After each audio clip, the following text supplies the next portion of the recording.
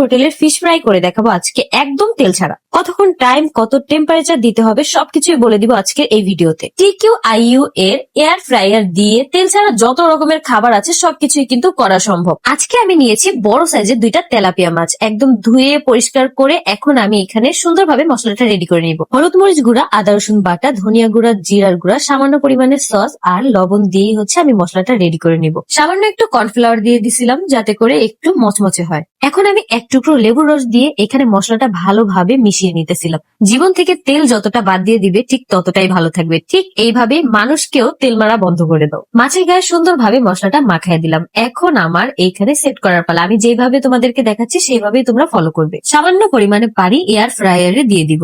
এখন আমি সুন্দরভাবে হালকা একটু তেল ব্রাশ করে দিব। আলাদাভাবে কিন্তু আর কোনো তেলেরই প্রয়োজন নেই, যেহেতু মাছ এই জন্য আমি ভাবলাম যে হালকা একটু তেল ব্রাশ করে দিলে এখানে আর লেগে যাবে না। তো এই যে আমি সুন্দরভাবে মাছটাকে দিয়ে দিলাম। এখন আমি সুন্দরভাবে সেট করে দিব। এখানে তোমরা সব ধরনের অপশন পেয়ে যাবে। যেহেতু আজকে মাছ ফ্রাই করবো এই জন্য আমি রোস্টেড ফিশ এই অপশনটা নিব।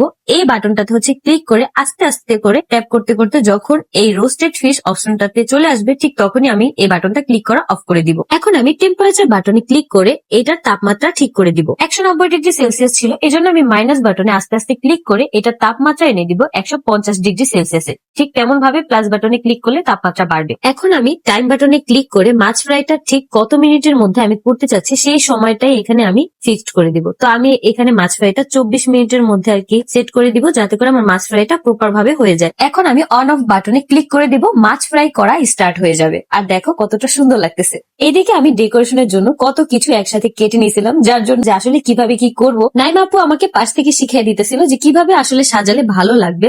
আমি এখানে অনেক কিছু একসাথে কেটে নিয়েছিলাম, টমেটো, লেবু, তারপর পেঁয়াজ। আর এইদিকে দেখো মাছ ফ্রাই কিন্তু এক পাশ হয়ে গেছে, আরেক পাশ বাকি। দেখতে দেখতে মাছ ফ্রাই রেডি। এখন ফাইনাল লুকটাই তোমাদেরকে দেখানোর পালা। এত সুন্দর হয়েছে দেখতে, আর খেতে তো অনেক বেশি মজা হয়েছে। এখনই আমি তোমাদেরকে খেয়ে দেখাচ্ছি, কিন্তু তার আগে আমি মাছ ফ্রাইটা সুন্দরভাবে ডেকোরেশন করে নিব, যাতে করে দেখতেও এই জিনিসটা সুন্দর লাগে। শুধু মাছ ফ্রাই না, তোমরা চাইলে কিন্তু ছোটখাটো করে অল্প কয়েকজন বন্ধু বান্ধব মিলে একসাথে কিন্তু এখানে মুরগির বারবিকিউ করতে পারবে। এখন কিন্তু আলাদাভাবে আর কোনো কিছুই কেনা লাগবে না, শুধুমাত্র TQIU থেকে এই এয়ার ফ্রায়ারটা নিলেই কিন্তু ব্যাস, আর কোনো কিছুই লাগবে না। সাথে কিন্তু এটা ওভেনের কাজও করে দিবে একদম ফ্রিতে। কেক, পিৎজা, পুডিং সবকিছুই কিন্তু করতে পারবে এই এয়ার ফ্রায়ারটা দিয়ে। TQIU ব্র্যান্ডের এই এয়ার ফ্রায়ারটা আমাদের বাসায় বলতে গেলে এখন রাজা। মাছটা খেতে এত বেশি মজা হয়েছিল যেটা বলার বাইরে। আমার তো বিশ্বাসই হইতেছিল না যে এই মাছ ফ্রাইটা আমি নিজে করছি।